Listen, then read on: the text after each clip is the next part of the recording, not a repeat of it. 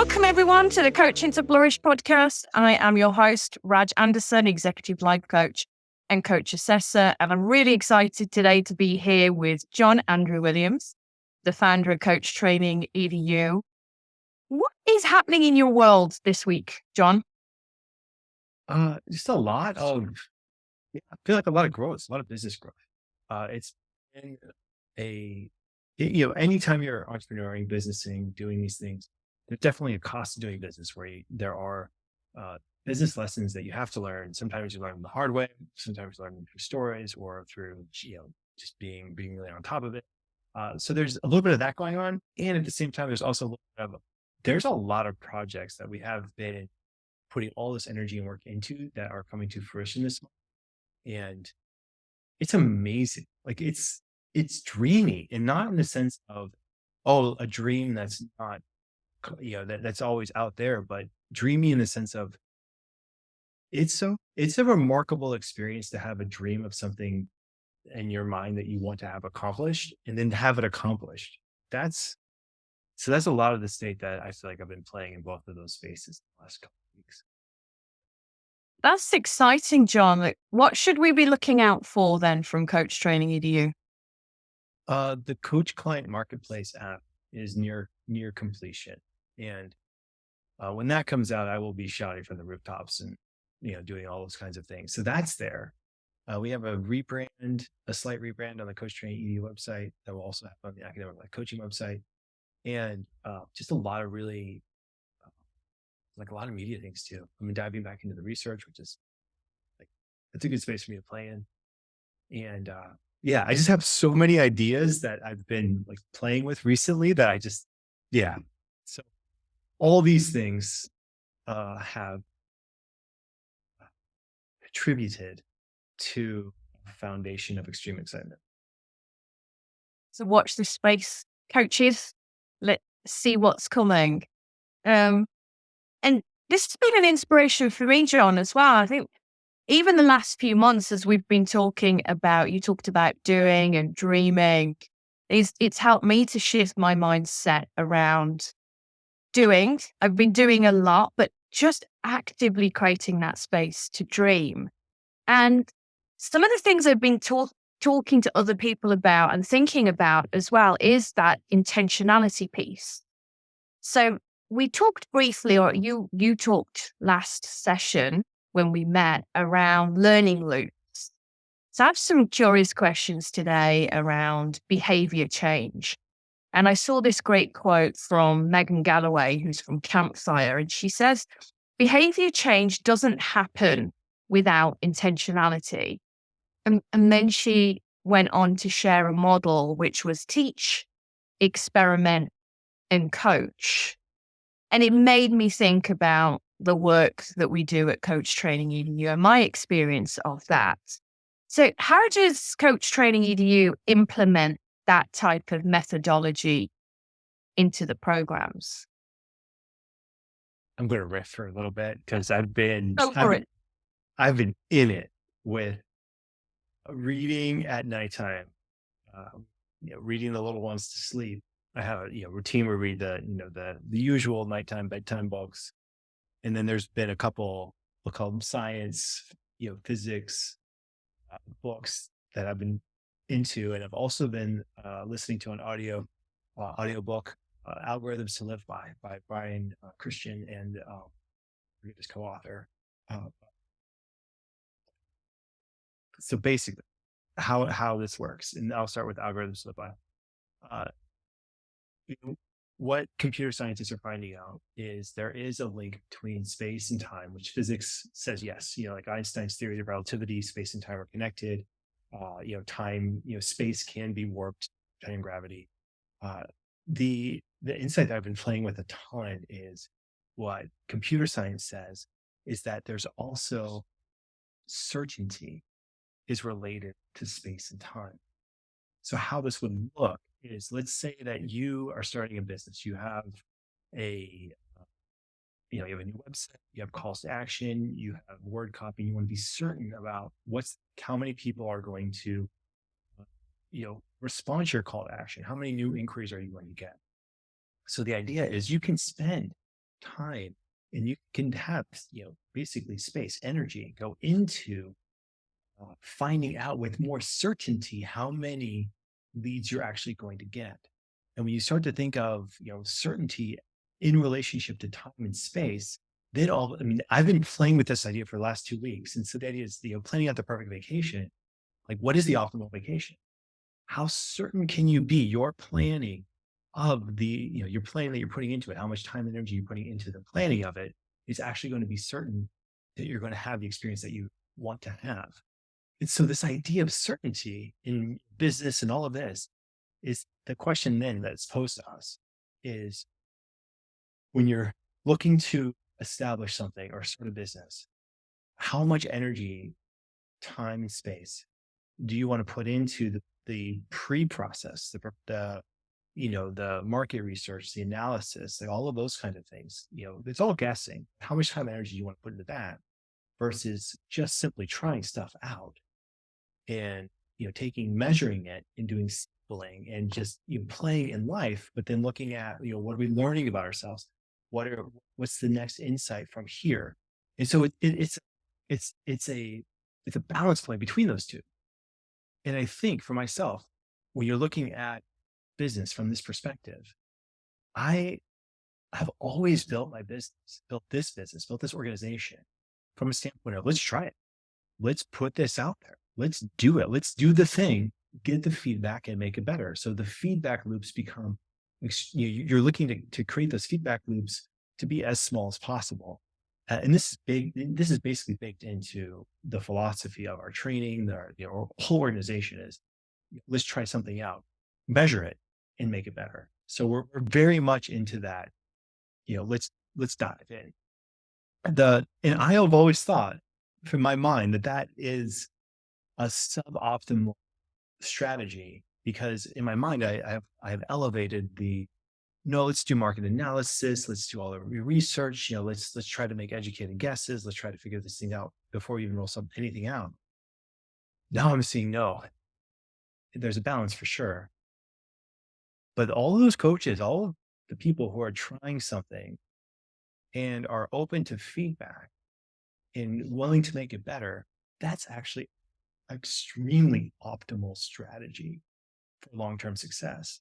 What it requires is an appetite to absorb failure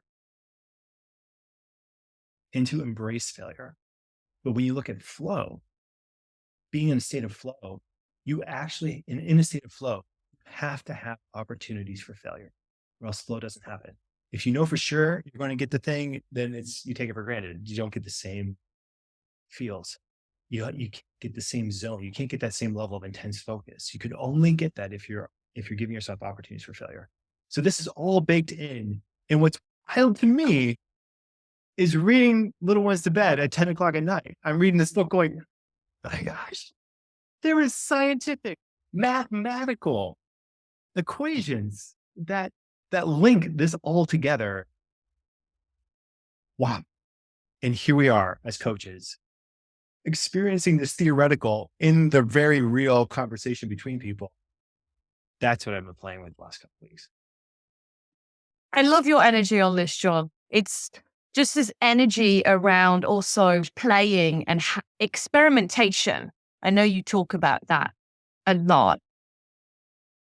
How do you embrace that experimentation mindset? We're not really taught that in schools and things, are we? Or to embrace failure. It's a learned thing.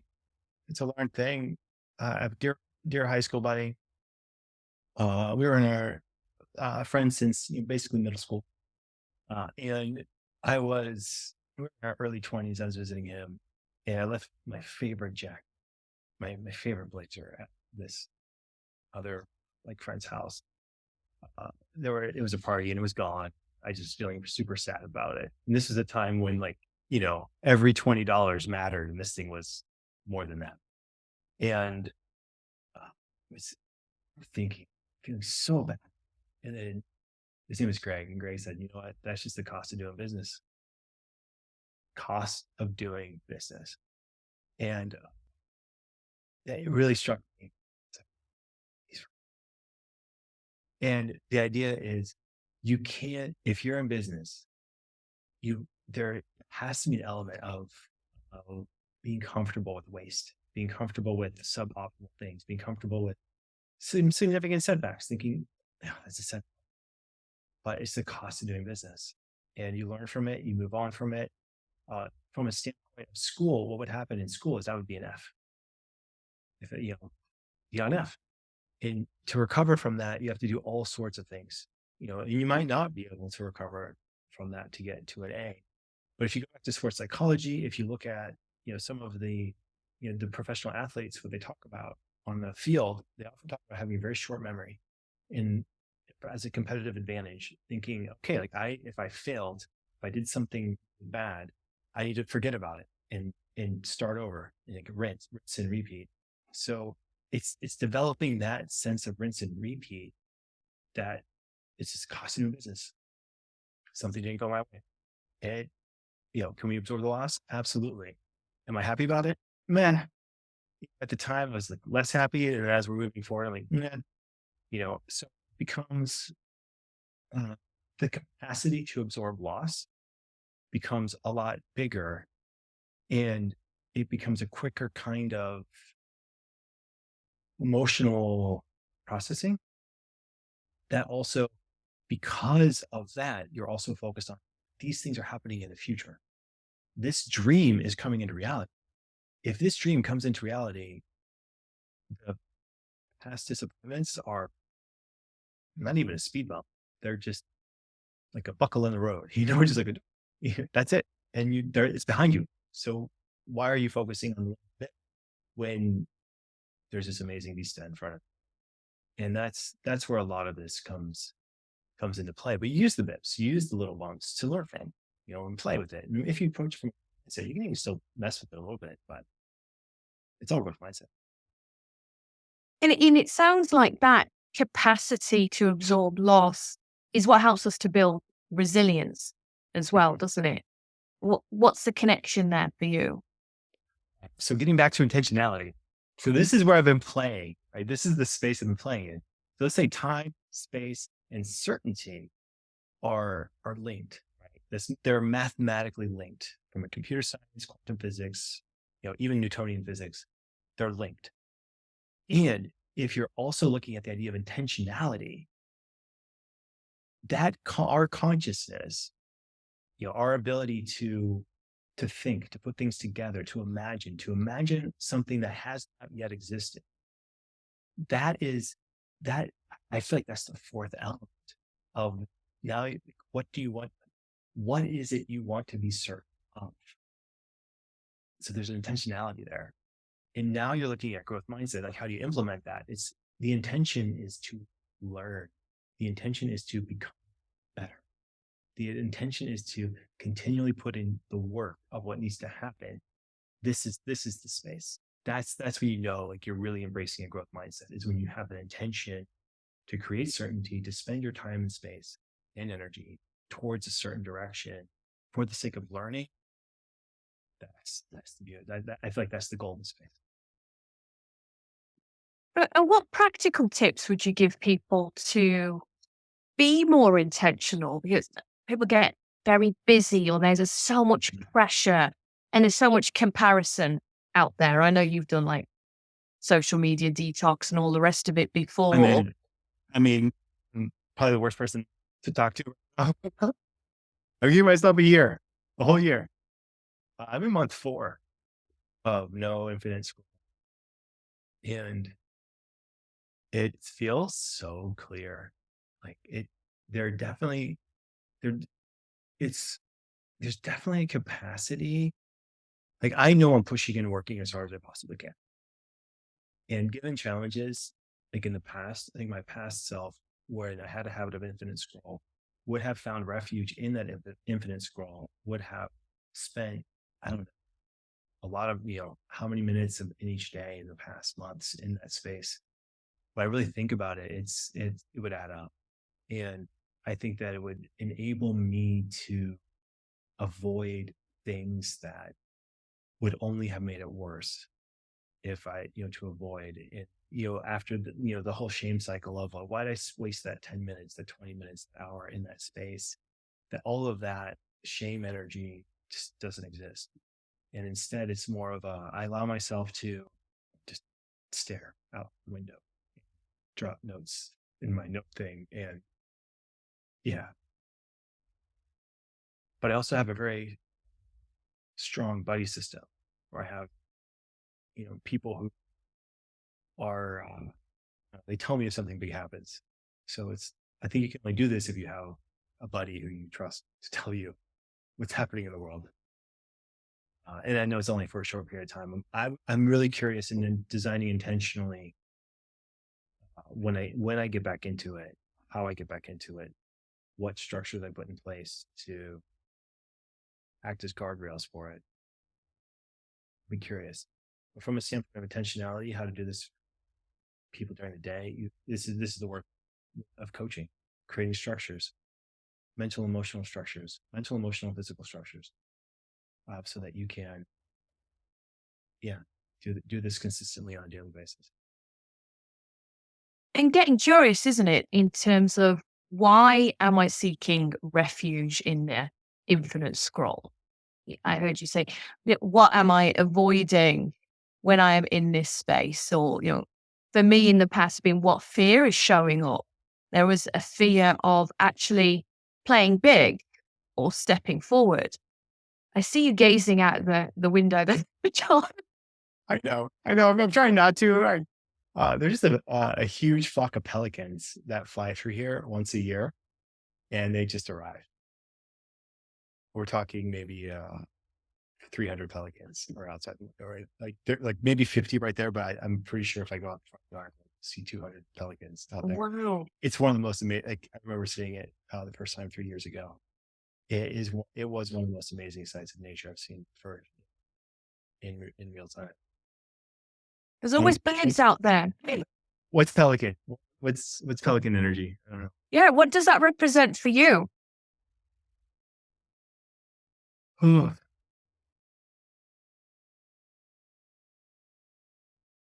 Uh, I mean, it's just amazing uh, watching a flock of birds that all move in unison. They all move in sync, and trying to, how are they communicating? I just was talking to someone today about mirror neurons, the research around mirror neurons and the idea that, we all have to create a mental map of the other person's emotion. Like when we're talking, in this space, like we're all creating mental maps. We're doing the action ourselves in our minds to make sense of what's happening externally. This is why, one of the things why watching amazing athletes is so fulfilling, because in our own bodies we're mimicking the motion of what we're seeing. And how that shows up in coaching on a practical level, that when we're working with clients, everyone, myself included, has so much judgment on ourselves. There's a constant judgment. If you go to Timothy Galloway's book, Game of Tennis, he calls it self one, the self that is telling us what to do. The commentator self could be the inner critic, could be the inner champion, could be the one that's the dreamer, and could be the dreamer self, the one that says, "Hey, it'd be really cool if this happens," or you know, and then you look at self two, which is the doer self, the self that actually has to do the work of self one that's dreaming or cajoling or being mean, and the interaction between that self one and two shows up very starkly on an athletic field. And coaching does is it takes all the judgment that self one places, self two, and replaces it with curiosity, places it with this idea of what are we, what's it like to be your doing self right now? If your doing self were to change places with your judgment self, with your, you know, dreaming self, like what request would your doer self have of your dreaming self? These are really interesting questions. And these are questions that people live their whole lifetimes never consciously thinking about. And on a practical level, this is what coaching does. This is the basically the value proposition of coaching is you will consider questions like this that you never have ever considered. And the implications of that will filter through all the other areas of your life. And I would suggest people press pause there and note those down as journaling questions because I'm going to go back to those and note them as journaling questions. And I will be doing that self exploration. This is 1977. Wow. That's when these ideas. I mean, this is how old and new these ideas are. Yeah. The year I was born, 1977. Sweet. Giving my age away there. So how does this impact this experimentation, intentionality? How does this impact longer term behavior change? Yeah.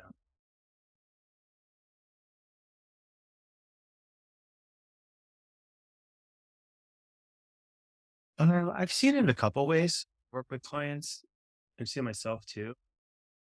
I think long-term change happens, in my experience, as a series of short-term changes.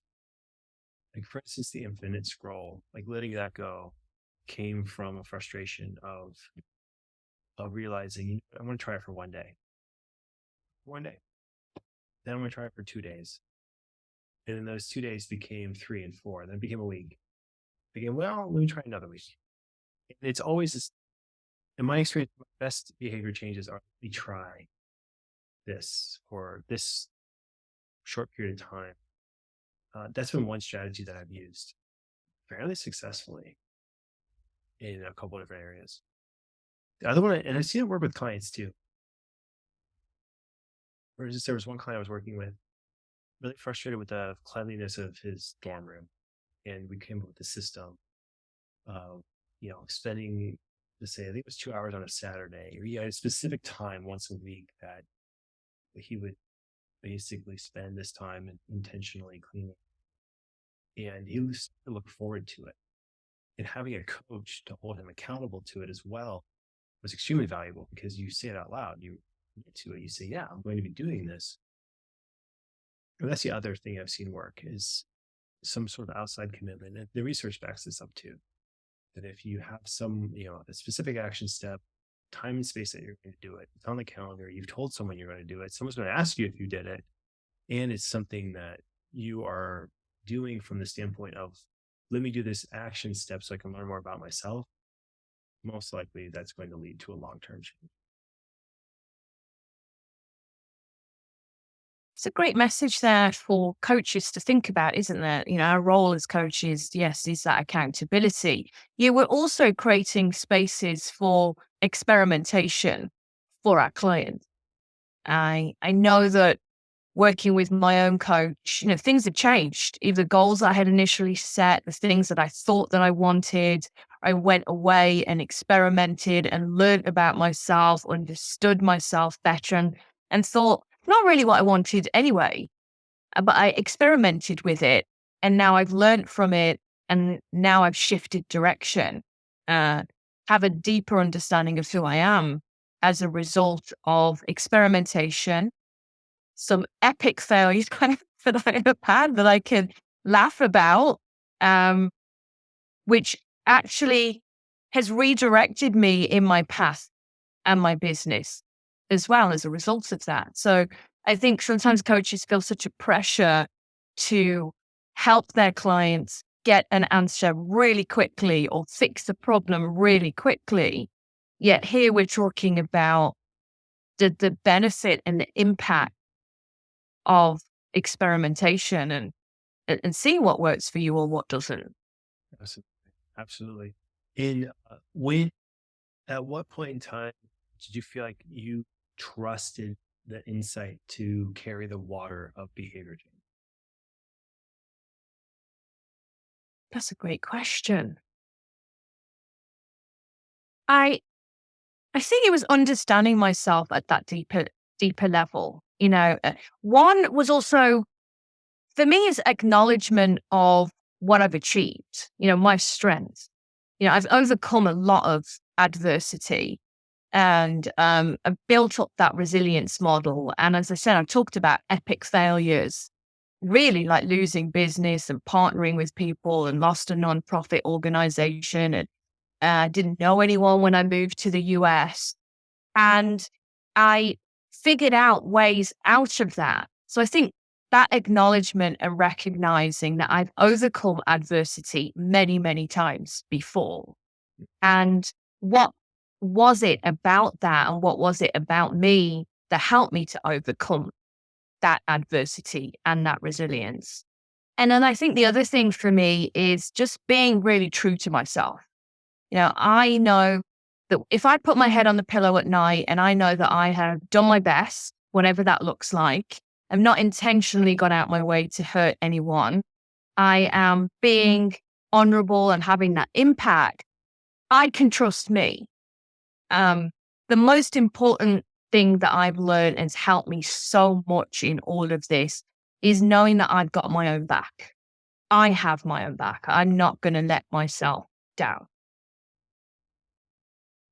So looking at the self one, self two model, it's basically your self one has learned to trust yourself two. And that's a really powerful place to be. It is. Absolutely. Yeah. Whole team. You get a whole team of internal self, don't you? And then to help and support you.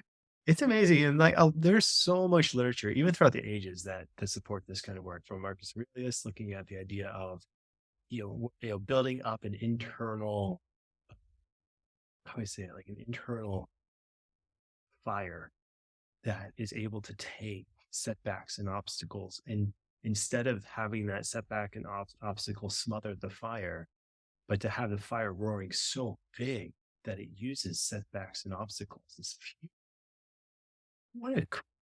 is like what a super cool concept. And then you have the idea of even Dark Night of the Soul, looking at the process of going into the unknown, going into that uncertainty, trusting that certainty will happen, and having increased trust in self. It's such a beautiful process. Coaching does is it honors it. It doesn't try to judge it. It approaches it with honor and curiosity, which I just love this. Me too. Thank you, John. And that's what I'm taking away. That there's that message there. Trusting that certainty will happen, even if it's not happening right now in this moment, or you've had to course correct, or I've talked about failures. That one way or another, you're going to figure out a path or a route. And sometimes that experimentation can hurt, can't it?